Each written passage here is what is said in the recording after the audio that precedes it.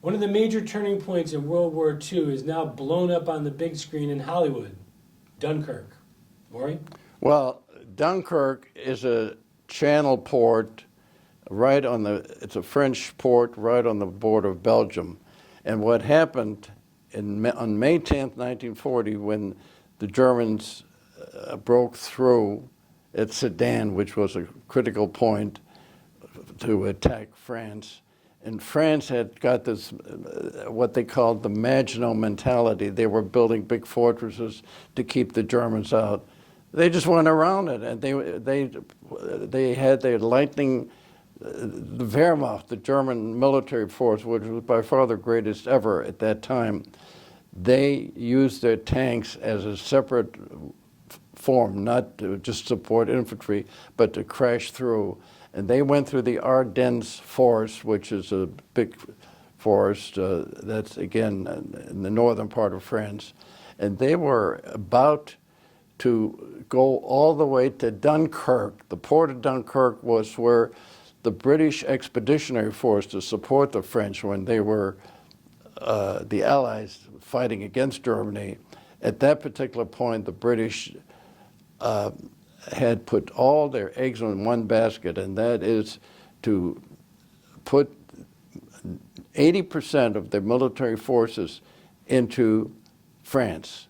And they were just getting ready to get organized when suddenly the German thrust was coming at Dunkirk like crazy.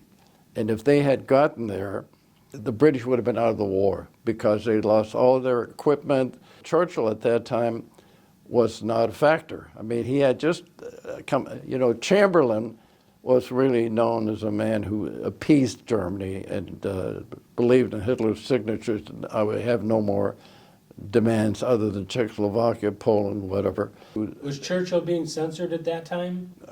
Churchill was being looked at as an enemy by most of the members of the British Parliament because he was... They censored him for a while. Well, in a sense, they censored him, but the point is he was in a position that he couldn't do anything. So when Chamberlain, who was already a beaten down old man, especially after the Germans double-crossed him, they were going to hand the baton not to Churchill. They were going to hand it to Lord Halifax. Lord Halifax was an appeaser much worse than Chamberlain, was ready to sign a deal with the Germans as long as they would let them keep the British colonies. That was a deal that he had made off. People don't know about that. Well, are you surprised that Hollywood produced a movie like this, knowing the sewer and the filth? I'm shocked because I thought I was the only guy in the world that cared about it anymore. The numbers show that, I mean, it's a blockbuster. So if you produce these kinds of movies, you're going to get success. Do you know who was the real hero that stopped the Germans long enough for the British to get their people out of there? Charles de Gaulle. The one thing he did, he believed in tanks. And he actually defeated the spearhead of the German drive toward the Channel. And Hitler got scared. He thought this was a major turnaround, and he told the troops to stop. And that left them about 1 week. And you know what happened? There was the High Lord of Admiralty, Bert Ramsay, said, we can't send ships over there. The Germans will bomb them, and it's only going to get worse.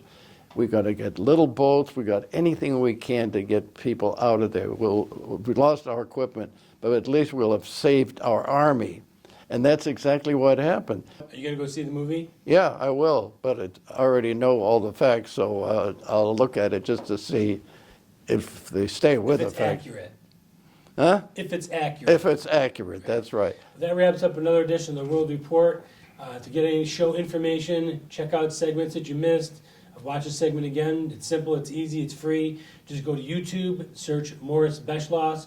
For all those wonderful folks that keep us safe each and every day in the armed forces, police, firefighters, emergency personnel, I'm Scott Crowfoot. God willing, we'll see each other again.